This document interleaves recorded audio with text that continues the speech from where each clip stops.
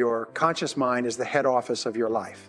Its role is to deal with the information in your environment and then to identify, analyze, compare it against other information, and then to decide what actions to take.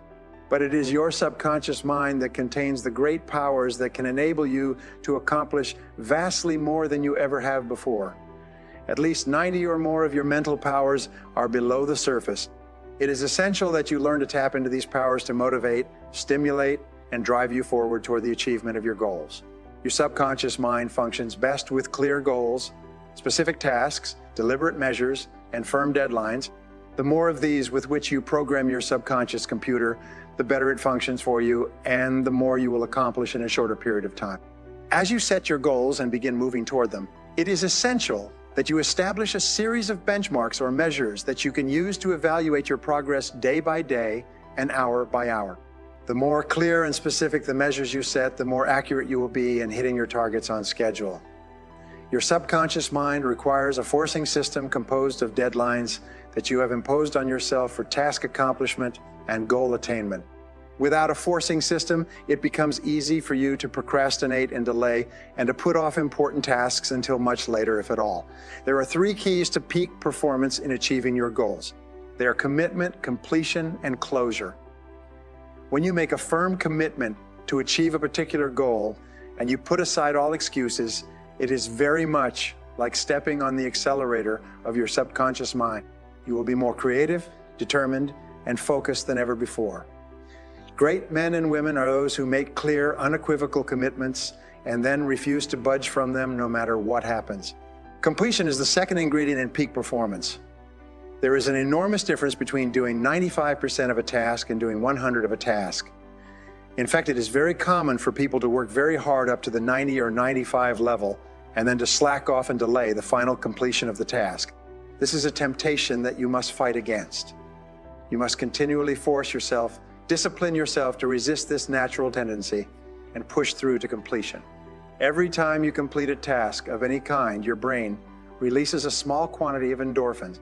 This natural morphine gives you a sense of well-being and elation.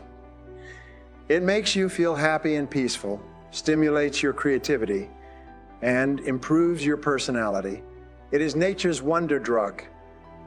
The more important the task that you complete, the greater is the quantity of endorphin that your brain releases. Very much like a reward for success and achievement, over time, you can develop a positive addiction to the feelings of well-being that you receive from this endorphin rush. Even when you complete a small task, you feel happier. When you complete a large task, you feel happier still. When you finish the various steps on the way to the completion of a large task, at every achievement, you get an endorphin rush. You feel continuously happy and exhilarated when you are working steadily toward the completion of an important job. Everyone wants to feel like a winner, and feeling like a winner requires that you win. You get the feeling of the winner by completing a task 100. When you do this repeatedly, eventually, you develop the habit of completing the tasks that you begin. When this habit of task completion locks in, your life will begin to improve in ways that you cannot today imagine. In psychology, the reverse is always true. The incomplete action is a major source of stress and anxiety. In fact, much of the unhappiness that people experience is because they have not been able to discipline themselves to follow through and complete an important task or responsibility. If you have ever had a major assignment that you have been putting off, you know what I'm referring to. The longer you wait to get started on an assignment and the closer the deadline approaches, the greater stress you experience. It can start to keep you up at night and affect your personality, but when you finally launch into the task and push it through to completion, you feel a great sense of relief and well-being. It is almost as if nature rewards you for everything that you do that is positive in life, enhancing. At the same time, nature penalizes you with stress and dissatisfaction when you fail to do the things that move you toward the goals and results that are important to you. One of the most popular movements in modern management is toward the balanced scorecard. Using these scorecards, every person at every level of the business is encouraged to identify the key measures that indicate success and then to give themselves scores every day and every week in each of those key areas. Here is an important point. The very act of identifying a number or score and then paying close attention to it will cause you to improve your performance in that area. For example, if someone were to tell you before a meeting that you were going to be evaluated on how well you listened in that meeting, your listening skills would improve dramatically. Within a few moments, you would listen far more carefully and attentively throughout the meeting because you knew that this behavior was being observed. In the same way, whenever you select a goal, measure, or activity that is important to you and begin observing or paying attention to it in your day-to-day life, your performance in that area improves. One of the most helpful actions you take in your own career is to set benchmarks and create scorecards, measures, metrics, and deadlines for every key task that you must complete on the way to one of your goals. In this way, you activate your subconscious forcing system. This forcing system will then motivate you and drive you at an unconscious level to start earlier, work harder, stay later, and get the job done. The third C after commitment and completion is closure. This is the difference between an open loop and a closed loop. Bringing closure to an issue in your personal or business life is absolutely essential for you to feel happy and in control of your situation.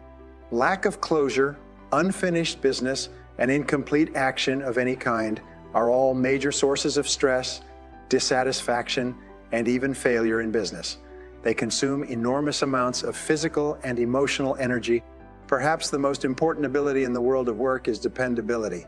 There is nothing that will get you paid more and promoted faster than to develop a reputation for getting your tasks done quickly and well and on schedule.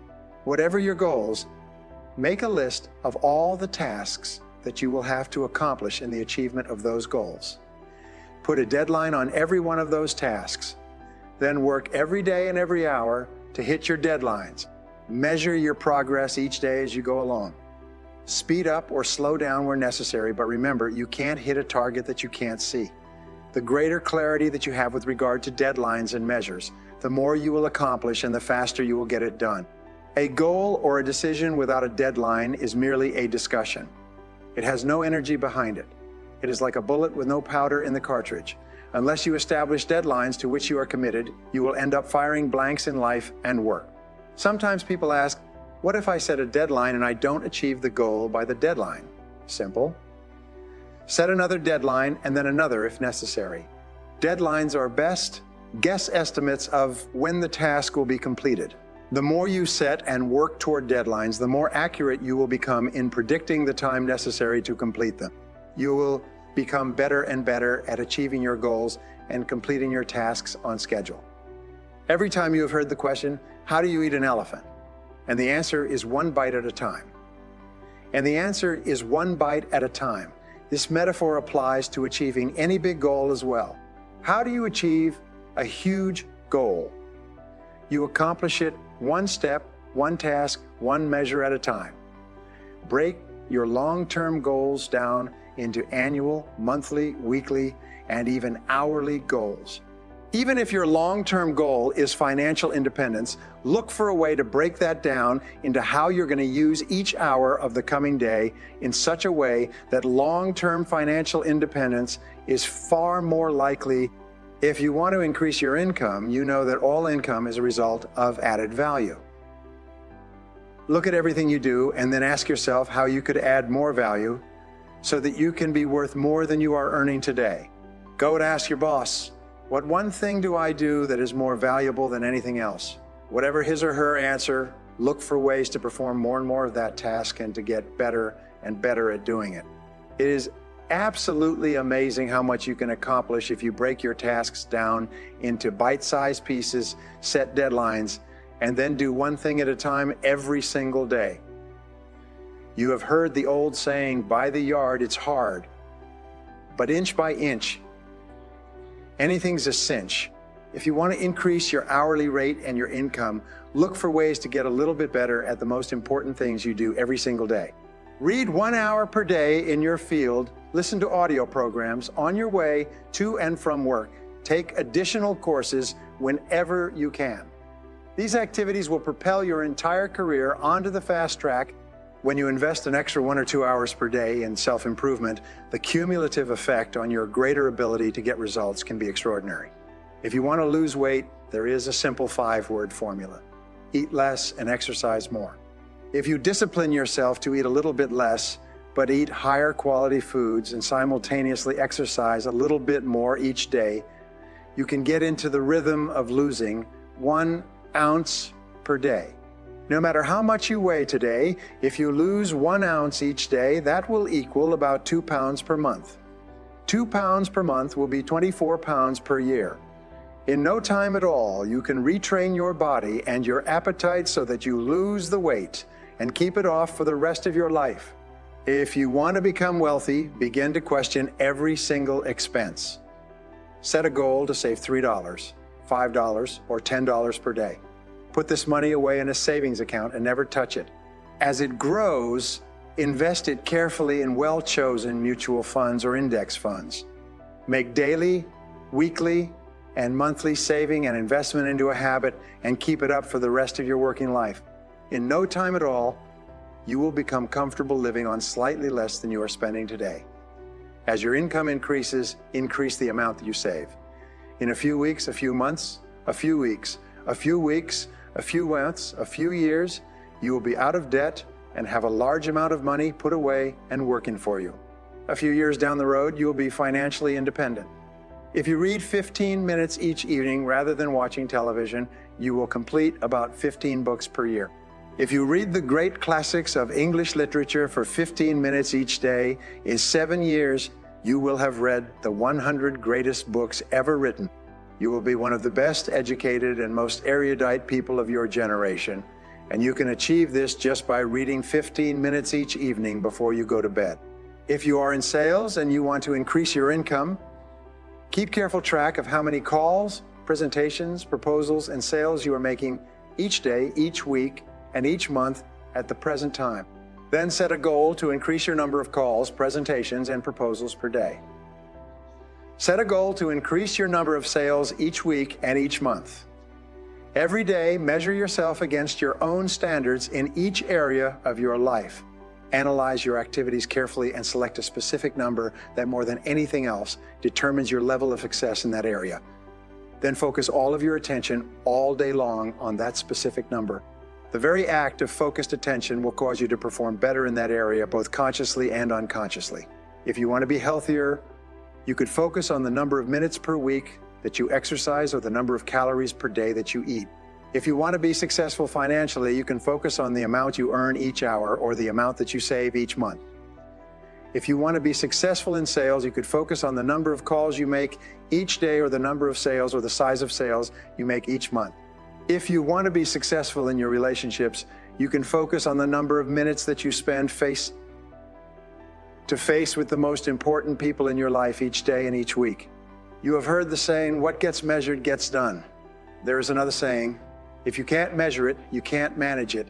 Your ability to set specific measures on your goals and then to keep an accurate record and track your performance each day will assure that you achieve your goals exactly when you have decided to or even before.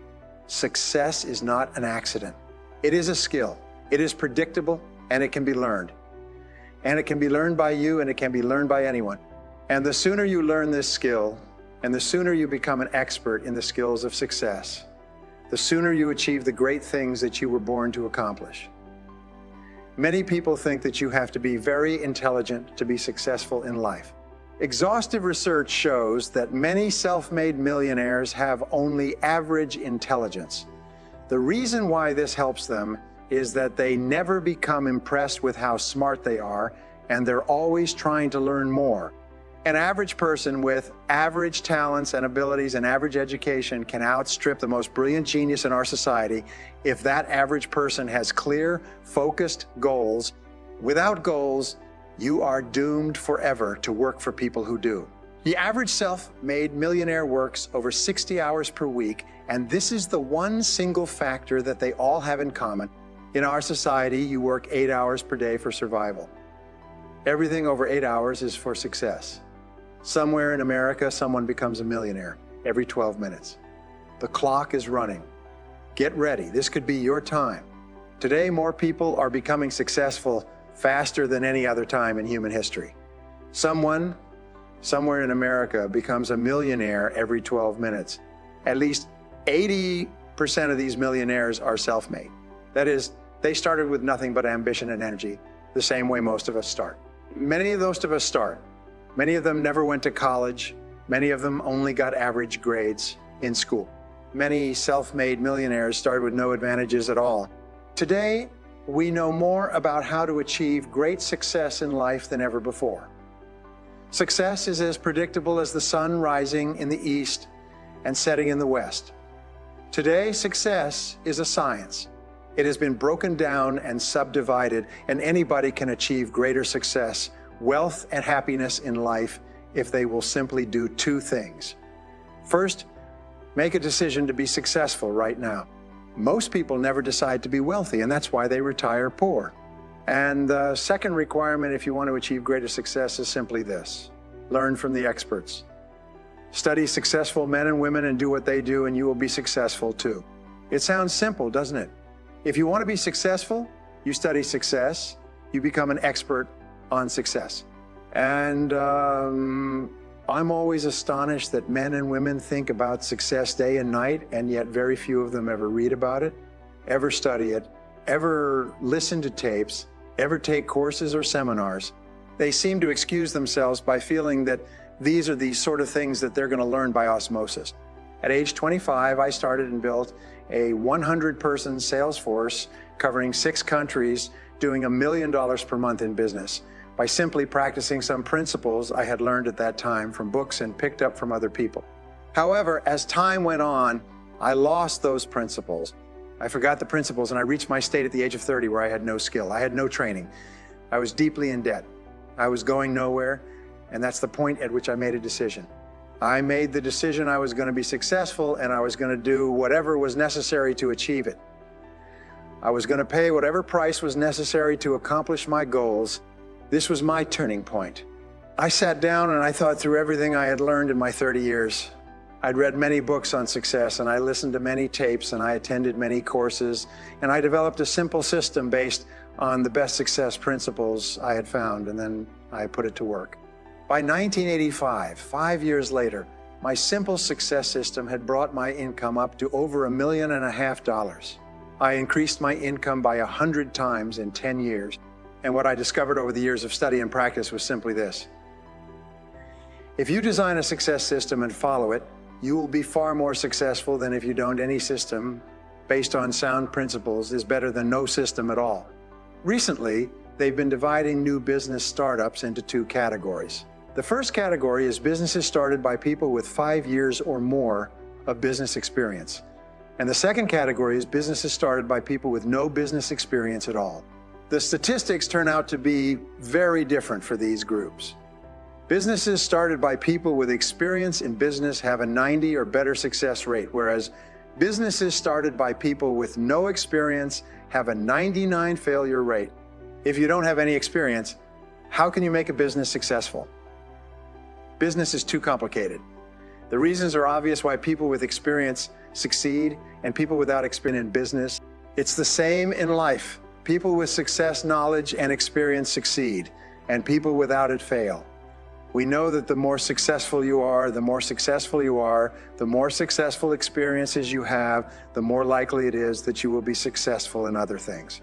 We know that the fewer success experiences and the less success knowledge you have, the less likely it is that you'll be successful. Do you know the success rate for an established franchise, one that's been in business for at least 5 years? Well, according to the experts, it's a 70 to 90 success rate. McDonald's, for instance, has over 8,600 outlets, and they haven't had a failure in 25 years. Now, why should this be? Well, the reason is simple. A franchise is a proven success system. It is a system based on years of trial and error. All you have to do with the franchise is to do what you're told, follow the system, and your success is almost guaranteed. McDonald's executive told me once that every single farmer that has ever bought a McDonald's franchise has been extremely successful, whereas very often bays and people from the universities and people with previous business experiences will buy franchises and they'll try to change the system. Instead of following the success principles, they'll try to change the system, and they run into nothing but problems. One of the great keys to success is to use proven success methods. Learn from the experts. Don't try to reinvent the wheel. Life is too short for that. Surprisingly enough, most people either never study success, or if they do, they ignore what they've learned and try to do it all on their own. Let's look at some of the general principles of success we've discovered over the years. Number one principle, most important of all, is that success begins inside you. It starts from the inside out. It is a state of mind. It is a function of your character and your personality. Remember, it is not what you do so much as who you are that counts. Number two, the psychology of success simply equals mental fitness, which is a feeling of self-confidence, happiness, enthusiasm, and a positive mental attitude. Because if you have feelings of unshakable self-confidence, happiness, enthusiasm, and a positive mental attitude, nothing in the world can stop you from being successful. Number three, your level of self-esteem. How much you like yourself, how much you respect yourself and accept yourself as a valuable and worthwhile person is the foundation quality of all success, all high achievement, and all peak performance. The more you like yourself, the better you do everything you turn your hand to. Point number four, the purposeful development of self-esteem is the psychology of success. Everything you do that makes you feel more positive towards yourself in your life builds your self-esteem and improves your level of mental fitness. In other words, when you use proven success methods every single time you do and you get a positive result, you get a jolt of self-esteem and self-confidence that makes you feel great about yourself and enthuses you to go on to the next effort. Number five, true self-esteem arises from an enhanced feeling of competence.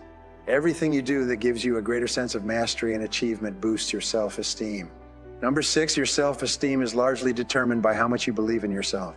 Your beliefs, more than anything else, determine your reality. You always think and act in a manner consistent with your innermost convictions. If you change your beliefs, you change your life. Many people think that you have to be very intelligent to be successful in life. Exhaustive research shows that many self-made millionaires have only average intelligence. The reason why this helps them is that they never become impressed with how smart they are. They're always trying to learn more, always curious and open, asking questions. It's this that gets them the information that guarantees their success. Many people think you have to go to college to be successful. There's an enormous number of self-made millionaires and successful people in every field who never went to college. As a matter of fact, half the college graduates in America are working for people who didn't finish high school. In my estimation, number seven, your level of self-esteem is determined by how much you believe yourself to be valuable, competent, worthwhile, respected, and important. Everything you do, every experience you have that causes you to feel more valuable raises your self-esteem. Every experience that causes you to feel less important or less valuable lowers yourself. A team undermines your self-concept and impairs your effectiveness. Number eight, the opposites of self-esteem are fear, stress, psychosomatic illness, personality problems, negativity, cynicism, mediocrity, defeat, and failure in life. In fact, almost all human problems stem from low self-esteem, from the fact that people don't like themselves very much. Fear is a failure, fears of poverty, rejection, criticism, and loss that hold us back are all rooted in low self. A team. Number nine, it is possible to change your feelings, your attitudes, your opinions, your ideas, and beliefs about yourself by feeding your mind with a steady stream of positive, constructive messages that are consistent with the outcomes you desire rather than the outcomes you fear. You do become what you think about. So it's very important that you continually feed your mind with thoughts, words, pictures, ideas, and images that are consistent with the person you want to be, with qualities and attributes you want to have, with a lifestyle that you desire. Number 10, you should use positive affirmations, which is called positive self-talk, if you like. Repeat it over and over to yourself with enthusiasm and conviction. In other words, emotionalize the things that you say to yourself. Say things to yourself like, I like myself, I like myself, I like myself, I like myself, I like myself. Whatever you say that, your self-esteem goes up. Whenever you say that, you feel better about yourself and you perform better. Number 11, visualization. Practice visualizing yourself with the qualities, attributes, and behaviors you desire. Create clear mental pictures of your desired results over and over. And the last thing you do before you go to sleep at night is visualize yourself performing excellently. Visualize yourself enjoying having achieved your goals. Visualize yourself as the person you would like to be. Remember, your subconscious mind is activated by mental pictures, and it then makes all your words and actions fit a pattern consistent with your most intensely desired goals. It controls your body language, your tone of voice, your levels of energy. So the more you think, talk, and visualize what it is you want to accomplish, the more likely it is you want to accomplish, the more likely it is you will say and do exactly the right things to cause it to happen. Number 12, when you use affirmations and visualization in combination with an attitude of positive expectations, you do two things. First of all, you become a positive, optimistic, cheerful person with an attitude that is essential to success. You can't imagine a really successful person who is not positive, optimistic, and cheerful. And number 2, you begin attracting into your life people and circumstances in harmony with your dominant thoughts. This is called the law of attraction, and what it says is that whatever thoughts dominate your thinking, you are going to attract people and circumstances into your life that harmonize with them. Now, this law of attraction works whether your dominant thoughts are positive or negative, so be careful. Keep your thoughts positive. You'll attract positive circumstances, and if your thoughts are negative, you'll attract negative circumstances. Number 13, feed your mind continually with positive books, magazines, tapes, videos, and seminars. Avoid negative people, negative books, negative newspapers, negative magazines, negative stories. Feed your mind with positive information, which helps you, which is consistent with where you want to go and what you want to be. You are very susceptible to what is called the power of suggestion, and you are influenced by every suggestive element in your environment. You're influenced by what people say and the books you read, the newspaper headlines, and the news on television. If you do not consciously keep your suggestive environment positive, it will tend in our society to be predominantly negative. Number 14, associate with positive, cheerful, optimistic, success-oriented people. Remember, birds of a feather do flock together, and the choice of negative people to associate with can condemn you to a lifetime of failure and underachievement. Dr. David McClellan at Harvard University found in 25 years of research that the choice of a negative reference group, the people that you associate with and identify with, can sink you in spite of all the education, opportunities, and advantages that are given to you. Remember, you can't fly with the eagles if you scratch with the turkeys. Get around winners. Get around positive people. Get away from negative people. Get away from negative people. Get out of negative corporate environments. Get out of negative relationships. Don't associate with losers. It doesn't matter how long you've known them.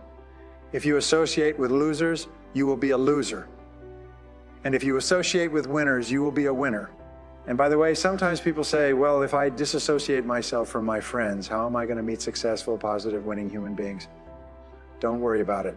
If you start thinking success, if you start feeding your mind with a steady stream of messages that are consistent with success, if you start visualizing yourself as successful, you will attract by this law of attraction. You will attract by this law of attraction, you will attract into your life people who are like yourself. Number 15, act the part. Pattern your conduct, behavior, and actions after successful people if you want to be successful.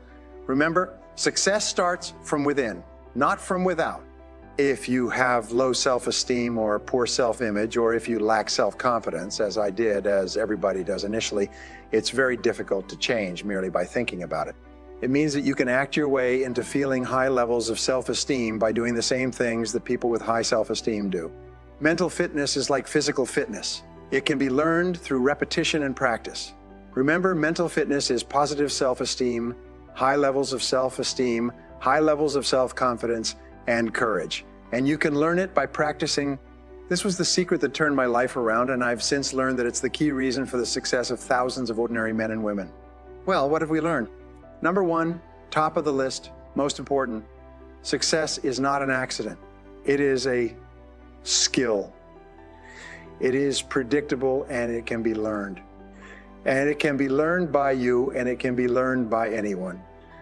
And the sooner you learn this skill and the sooner you become an expert in the skills of success, the sooner you achieve the great things that you were born to accomplish. Number 2, if you want to be successful, you must use proven success methods. You must learn from other successful people. You must study success. You must interview successful people.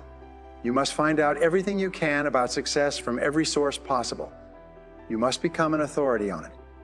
Number 3, the great majority of people fail in life. That is, they do not fulfill their potentials and achieve the health, wealth, and happiness of which they're capable. They sell themselves short. They settle for far less. Number 4, your level of self-esteem, how much you like yourself, how much you respect yourself and accept yourself and regard yourself, and what you esteem yourself is the most important single determinant of your success when you are successful. You feel tremendous about yourself, and when you are not, you don't. And everything that happens that builds your self-esteem is going to move you more rapidly toward achieving your goals in life. Number 5, remember, everyone suffers fears of failure and fears of rejection, self-doubt, lack of confidence, feelings of inferiority, inadequacy, and guilt. Guilt is the great problem of the 20th century. Feelings of inferiority come from childhood. Fears of failure and rejection go back to destructive criticism in our early formative years. Remember this: successful people are not people who don't suffer those emotions. They're simply people who have learned how to master those emotions through practice, and so can you. Number 6, you become what you think about. The stream of thoughts, words, and pictures that flow through your mind determine your personality, your attitude, your behavior, and your results in life. And finally, number 7 is this: the great discovery of behavioral psychology is that if you engage in the same actions as positive, focused, self-confident, successful people, you will come to think, feel, and act like them naturally. That even if you don't feel like it, if you pretend, if you fake it until you make it, if you act the part, you will begin to think, walk, talk, act, and feel like a successful person as naturally as breathing in and breathing out. Why is it that so many people fail in life? Self-improvement books are among the best-selling books in all the bookstores. Millions have read them, and yet the vast majority continue to live lives far below their potential, achieving far less than they're actually capable of. For years, I've studied success and failure, and I'm going to explain why people fail so you can be alert to these tendencies in yourself and others, so you can recognize the behaviors that lead to failure and make a conscious effort to avoid them. Why do people fail? Economists say that the inability to delay gratification is a primary predictor of economic failure. In life, people fail because they do what is fun and easy, rather than what is hard and necessary. Success and failure are more the result of habit than of anything else. Probably 90% or more of everything we do is dictated by habit. And once a habit, good or bad, is formed, we become comfortable with it, and then we strive to remain consistent with what we're familiar with, even if our habits are leading to failure. Psychologists call this tendency to become comfortable getting into our comfort zone, and even if our comfort zone is keeping us at a low level of performance, we stay in it rather than change. All change for the good in our lives begins by changing our thoughts and actions so that we form habits that assure our success and then make those habits our masters. The key is self-knowledge and self-awareness of why it is we feel and act and walk and talk.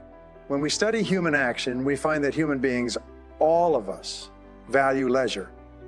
So given a choice between an easier or harder way, we will always choose the easier way, because the sooner we get the job done, the sooner we can enjoy leisure, the sooner we can enjoy leisure, the sooner we can take it easy. Now, in this sense, we are all basically lazy. This is neither good nor bad as such. It is only what we do as a result of this laziness that is good or bad. All human progress in science and technology comes from the tendency for people to seek faster, easier ways to get the things that we want. So in a certain sense, laziness is a motivator to human progress. A second characteristic of human nature is that we each try to get the very most for the very least expenditure of money or effort. In this sense, then, we are all greedy. This is neither good nor bad, just basic human nature. We are greedy in that we always want the very most for the very least, and we are never satisfied, and we are continually striving to get more and more all of our lives. We are never, ever really contented. The third characteristic is that each of us strives continually to improve the quality of our lives. We may not always succeed, but every action we take is an attempt to be better off than we would be without the action. In this sense, then, every human being is ambitious. So far, each of us is lazy, greedy, and ambitious. We may be ambitious for different things, and we may have more or less opportunity to realize our ambitions, but we are all ambitious.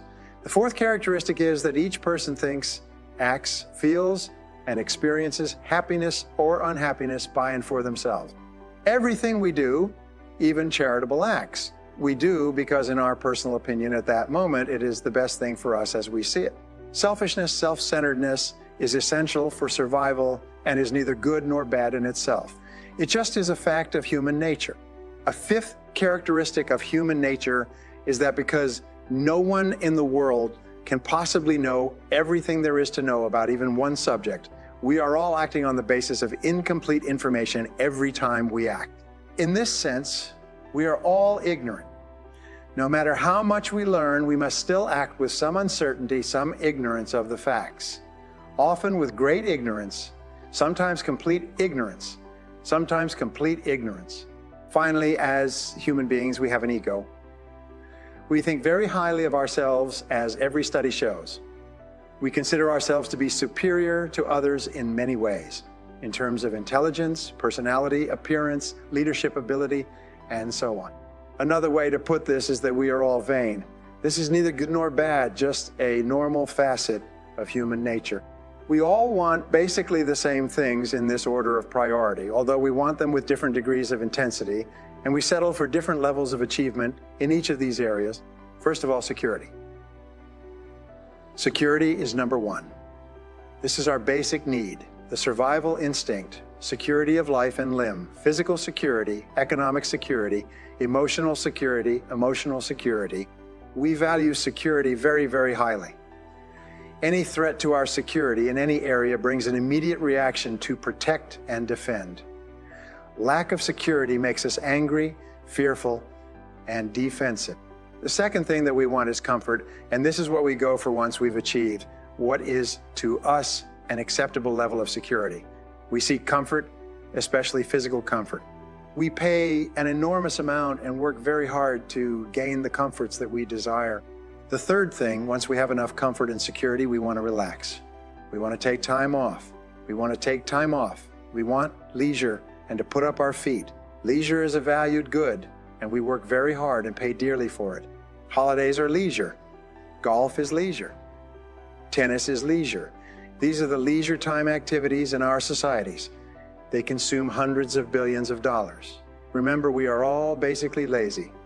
We like leisure, and we will pay very highly for it. Number 4 is love. We seek the affection and the love of others. This is something we desire so intensely that we will even die for it.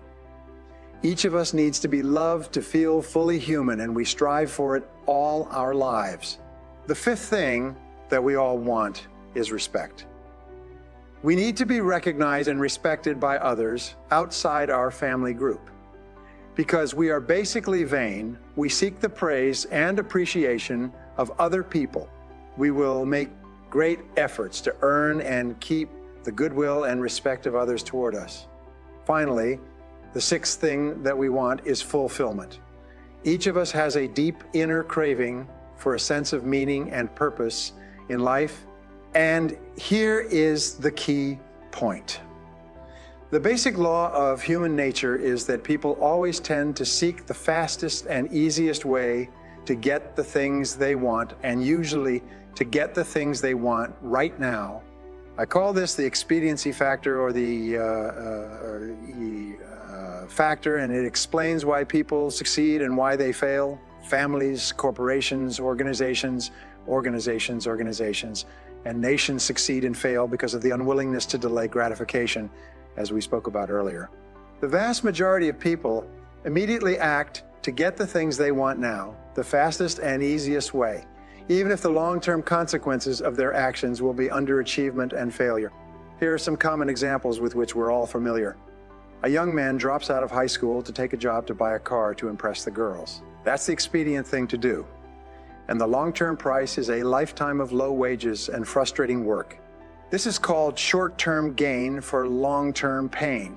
A second example, which we see all the time, is unions. They strike for higher than market wages at the long-term price of permanently crippling the industry and causing permanent unemployment for their members. A perfect example is Chrysler Corporation, which almost went bankrupt because of outsized wage settlements in previous years. A third example, which we see, is government employees increasing their budgets and staff to inflate their salaries at the long-term price of huge government deficits, inflation, and economic recession. I'm convinced that most of our economic problems in society come from expecting people in government to act in our best interests when they are put into office. When the entire governmental system says that the bigger your area of responsibility, the higher your budget, the greater the number of staff you have, the more you get paid. So when push comes to shove, the government servant, by basic human nature, will opt to increase the size of his department in order to increase the size of his rewards.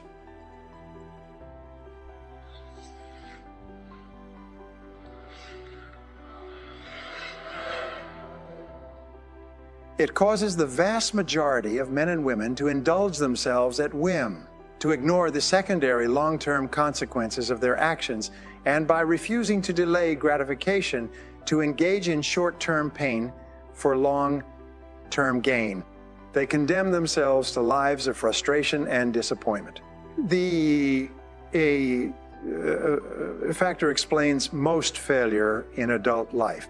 Only those rare few men and women, less than 5% in each generation, who consciously master themselves and resist the gravitational pull of the E factor ever really succeed in the long term.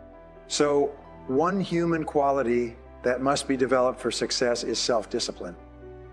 The willpower to force yourself to do what you know you should do when you should do it, whether you like it or not, whether you feel like it or not, whether you feel like it or not. A famous study spanning 12 years concluded that successful people are simply those who make a habit of doing what unsuccessful people don't like to do. And what are the things that unsuccessful people don't like to do? They're the same things that successful people don't like to do. But successful people do it because they know that that is the price of success. It has been said that hard work, persistence, and focusing on clear, specific goals are the keys to success.